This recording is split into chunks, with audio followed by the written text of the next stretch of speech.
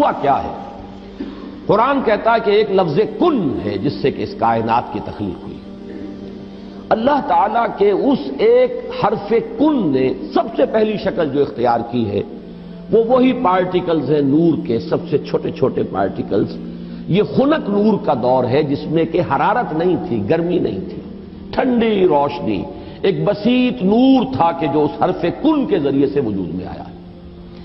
یہ جو دور ہے خنک نور کا، ذہن میں رکھیے، اس میں ابھی حرارت نہیں ہے، اس میں گرمی نہیں ہے، جو بھی ہے اندر پوشیدہ ہے اس کے، وہ بعد کا مرحلہ آئے گا جب میں عرض کروں گا۔ اس خنک نور کے دور ہی میں دو چیزیں اللہ نے اس سے پیدا کی جو صاحب شعور اور صاحب تشخص ہے۔ ایک ارواح انسانیہ، وہ بھی نورانی ہے، اس نور سے بنی۔ دوسرے ملائکہ، وہ بھی نورانی ہے اور اس نور سے بنے۔ سب سے پہلے اللہ نے حضور صلی اللہ علیہ وسلم کی روح کو پیدا کیا، کیونکہ ابتدائی مرحلہ یہی ہے۔ یہ خنک نور کا دور ہے جبکہ ابھی نہ کوئی ناری کرے تھے، نہ کہیں کسی طرح کی خاک وغیرہ کا کوئی مسئلہ تھا۔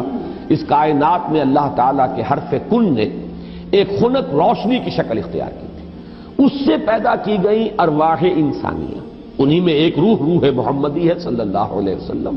تو اگر سب سے پہلے اللہ نے اسی کو بنایا ہو تو اس میں کوئی حرج واقع نہیں ہوتا، وہ بھی مخلوق ہے، وہ بھی اللہ کے بنانے سے وجود میں آئی ہے، صرف ایک تقدم زمانی اسے حاصل ہے کہ سب سے پہلے اللہ نے نبی اکرم صلی اللہ علیہ وسلم کی اس روح مبارک کو اس نور سے پیدا کیا، لیکن اسی نور سے تمام انسانوں کی ارواح پیدا کی گئی، اور انہی سے وہ عہد لیا گیا تھا لست بربکم قالوا بلی، اور اسی نور سے ملائکہ پیدا کیے گئے ہیں، جس کے بارے میں حدیث میں آپ کو بتا چکا ہوں کہ حضرت عائشہ صدیقہ رضی اللہ تعالی عنہ سے مروی ہے حضور کا یہ قول کہ اللہ تعالیٰ نے فرشتوں کو نور سے پیدا کیا۔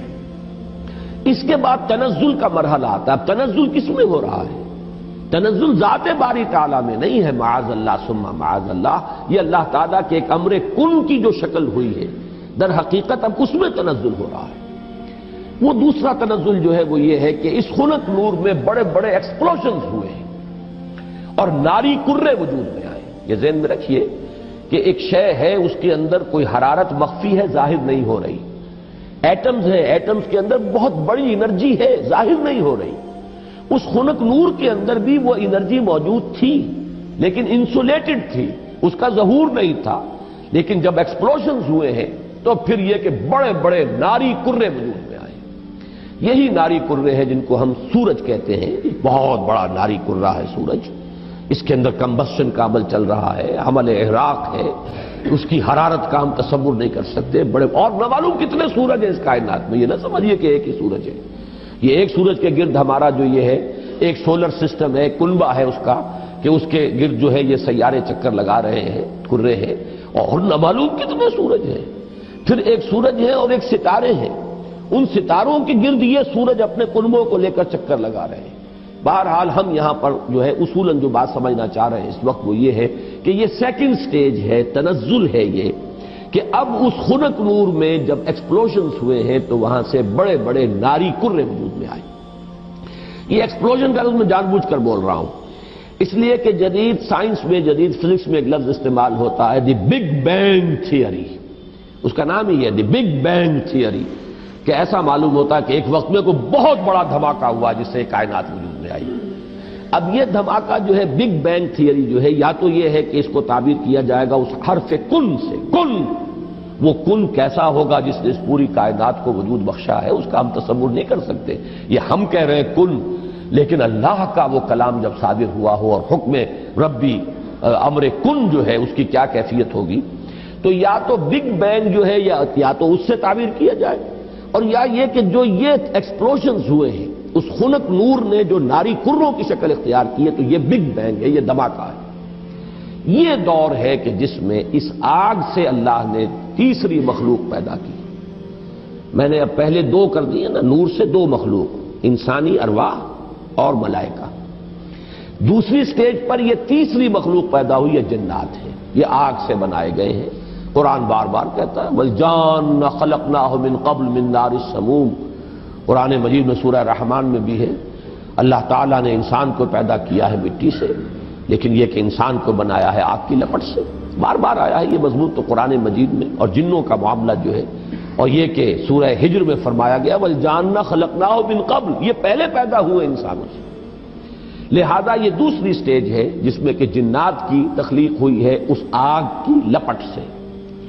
اس کے بعد جیسا کہ آپ کو معلوم ہے، اس حد تک تو میں سمجھتا ہوں کہ آگے اکثر لوگوں کے علم میں ہے جنہوں نے بھی کچھ فزکس پڑھی ہے ابتدائی، کہ پھر نظریہ یہ ہے کہ یہ جو بڑے بڑے ناری کرے تھے یہ جب تیزی کے ساتھ حرکت میں تھے تو ان سے کچھ حصے ٹوٹ ٹوٹ کر ان سے علیحدہ ہوئے اور انہی کے گرد چکر لگانے لگ گئے۔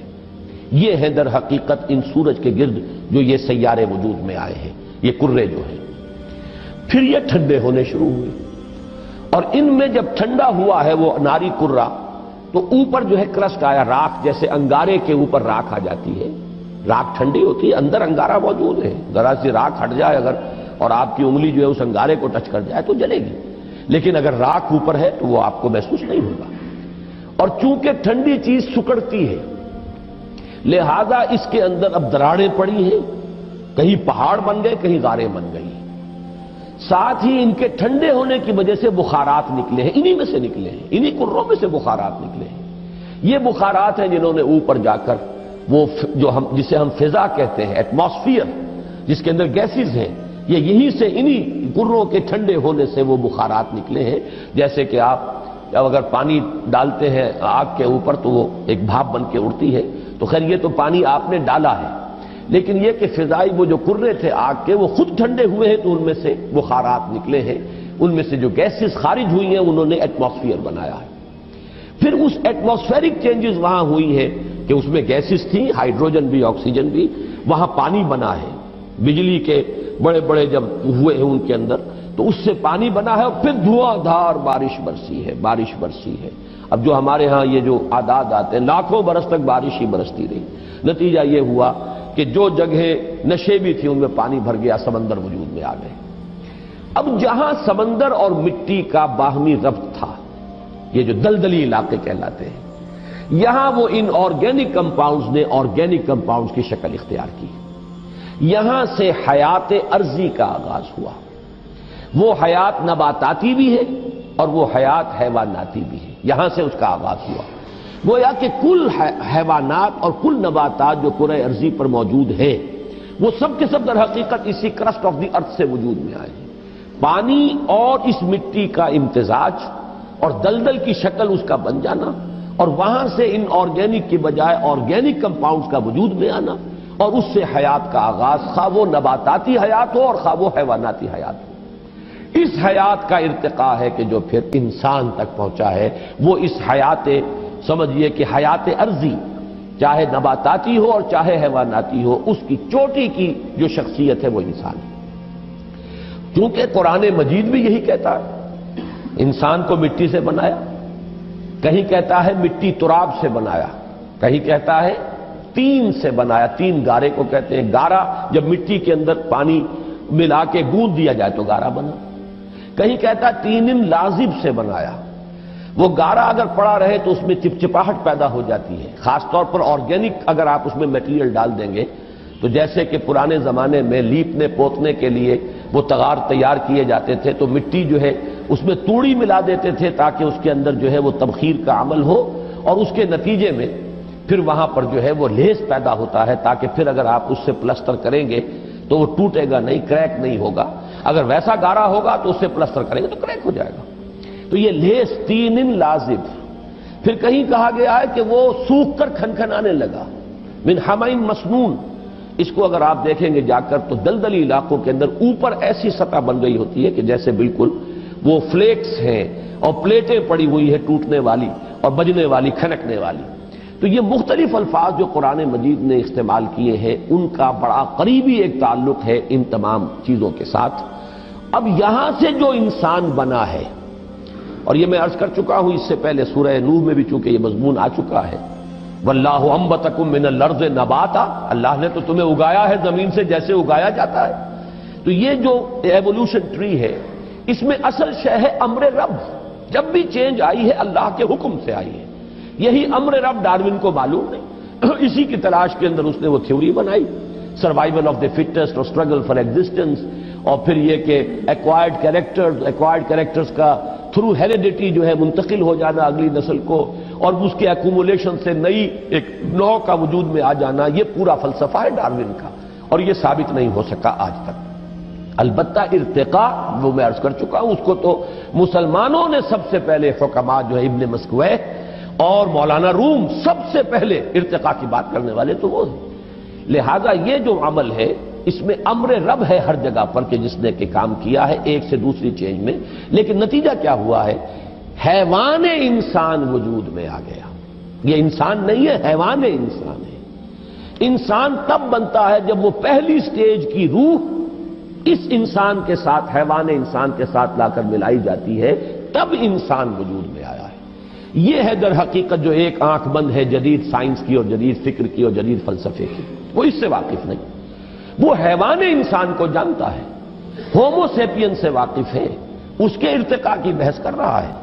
ہمارے نزدیک انسان در حقیقت صرف حیوان نہیں ہے، حیوان انسان ہومو سیپینز اس کا بایولوجیکل نیم آپ رکھ دیجئے، وہ چاہے اس ارتقاء کے عمل سے وجود میں آیا ہو، لیکن وہ روح جو اس میں پھونکی گئی ہے، فَإِذَا سَوَّيْتُهُ وَنَفَخْتُ فِيهِ مِن رُّوحِي فَقَعُوا لَهُ سَاجِدِينَ، تو جب میں اس کو پوری طرح تیار کر لوں، نوک پلک سنوار دوں اور اس میں اپنی روح میں سے پھونک دوں تو گر پڑنا اس کے سامنے سجدے میں۔ تو در حقیقت مقام جو ہے انسان کا، اس کی جو عظمت ہے، اس کی جو بلندی ہے، اس کی جو رفعت شان ہے، وہ جو مسجود ملائک بنا ہے، تو اس حیوانی وجود کی بنیاد پر نہیں، بلکہ در حقیقت اس روح ربانی کی بنیاد پر جو اس میں پھونکی گئی۔ یہ ہے سارا تھیسس، اس کو اچھی طرح سمجھ لیں، اس میں ساری چیزیں فٹ بیٹھ گئی۔ سائنس کے ساتھ ہر سٹیج پر کوریلیشن ہے۔ نمبر 2، قرآن کے ساتھ کہیں کوئی تصادم نہیں ہے۔ وہ آگ سے بنائے گئے، یہ خاک سے بنائے گئے۔ انسان کا چونکہ یہ ظاہری وجود جو ہے جسمانی، وہ تو خاک سے بنا، مٹی سے بنا، پانی سے بنا، یہی عناصر اربعہ جو ہے اس کے اندر لگائے گئے ہیں۔ البتہ جو انسان کا اصل مقام ہے وہ اس روح کی وجہ سے ہے۔ اب اس کو جان لیجئے کہ چونکہ یہ میں سورہ رحمان کے درس میں تفصیل سے واضح کر چکا ہوں، اس لیے کہ مولانا امین احسن اصلاحی صاحب نے اس مقام پر بڑی زبردست ٹھوکر کھائی ہے۔ ہمارا اجماعی عقیدہ رہا ہے سلف میں کہ جنات پر وحی نہیں ہوتی، جنات میں کوئی نبی نہیں ہوتے، نہ کبھی ہوئے ہیں، اور وہ بھی تابع ہوتے ہیں جو انسانوں میں نبی اور رسول آتے رہے۔ اور ان دونوں مقامات سے بھی ثابت ہو جائے گا۔ یہ میں تو حیران ہوں کہ اصلاحی صاحب نے اتنی بڑی ٹھوکر کیسے کھائی ہے، لیکن بڑا آدمی جب ٹھوکر کھاتا تو بڑی ہی کھاتا، پھر وہ چھوٹی ٹھوکر نہیں ہوتی۔ تو یہ ہمارا اجماعی عقیدہ ہے اور 100% درست ہے۔ اس کی وجہ کیا ہے کہ در حقیقت جن میں روح نہیں ہے، وہ روح وہ تو اس پہلی سٹیج کی شے ہے، جبکہ جنات کی تخلیق سیکنڈ سٹیج پر ہوئی ہے، وہ محض ناری ہے۔ لیکن انسان محض خاکی نہیں ہے، خاکی جمع نوری ہے، اس کے اندر وہ جو روح جو ہے وہ تو نوری ہے۔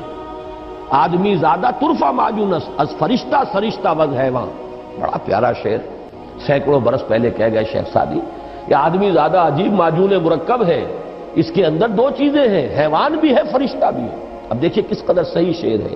حیوان انسان مٹی سے بنا ہے، وہ حیات ارضی کی ایک شے ہے، ارتقاء یافتہ شکل ہے، لیکن یہ کہ جو وہ اصل روحانی وجود ہے اس کا، وہ فرشتوں کا ہم پلہ ہے، ہم سر ہے، بلکہ فرشتوں سے افضل ہے، اس لیے کہ فرشتوں کو تو ان کے سامنے جھکایا گیا ہے۔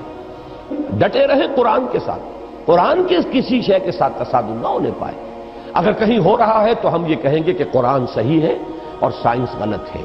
ہو سکتا ہے کہ ابھی اور سائنس ترقی کرے تو وہ وہاں تک پہنچ سکے جہاں تک کہ ہمیں قرآن پہنچا رہا ہے۔ جیسے میں آسمانوں کے تصور کے بارے میں بار بار کہتا ہوں، جب اتنا ریپیٹڈلی قرآن میں آیا ہے کہ 7 آسمان ہیں، طباقہ ہیں، ایک دوسرے کے اوپر ہے، تو ایسا ہی ہے۔ آج تک ہم نہیں سمجھ سکے، کوئی حرج نہیں۔ آج سے 200 سال پہلے ہم اور بہت سی باتیں نہیں سمجھے تھے، ہمیں ایٹم کا سٹرکچر ہی معلوم نہیں تھا، ہم یہی نہیں سمجھ سکتے تھے کہ کل فی فلک یسبحون کے کیا معنی، کہ ہر شے تیر رہی ہے۔ یہاں تو ثبات ایک تغیر کو ہے زمانے میں، سکون محال ہے قدرت کے کارخانے میں۔ چھوٹے سے چھوٹے ذرے کے اندر بھی آپ دیکھیں گے کہ اس کا ایک نیوکلیس ہے اور اس کے گرد جو ہے الیکٹران جو ہے چکر لگا رہے ہیں۔ کل فی فلک یسبحون، آپ چاہے اجرام سماویہ تک پہنچ جائیں، سورج اور اس کے ان کروں کو لے لیں، تب بھی وہ ہر چیز تیر رہی ہے۔ سورج بھی کھڑا نہیں ہے، سورج بھی تیر رہا ہے۔ کوئی ستارہ اور سٹار ہے جس کے گرد سورج چکر لگا رہا ہے۔ کبھی ہم نے یہ سمجھا کہ سورج کھڑا ہوا ہے، کبھی ہم نے سمجھا سورج چلتا ہے، زمین کھڑی ہوئی ہے۔ یہ ہمارے علم کے ادوار تھے، یا یوں کہیے علم کے نہیں جہالت کے ادوار تھے۔ لیکن آج علم انسانی یہاں تک پہنچ گیا کہ کوئی شے کھڑی نہیں ہے، ہر شے تیر رہی ہے۔ اب معلوم ہوا قرآن مجید میں ایک سے زائد جگہ پر آیا کل فی فلک یسبحون، ہر شے اپنے مدار کے اندر اپنی سطح کے اوپر تیر رہی ہے۔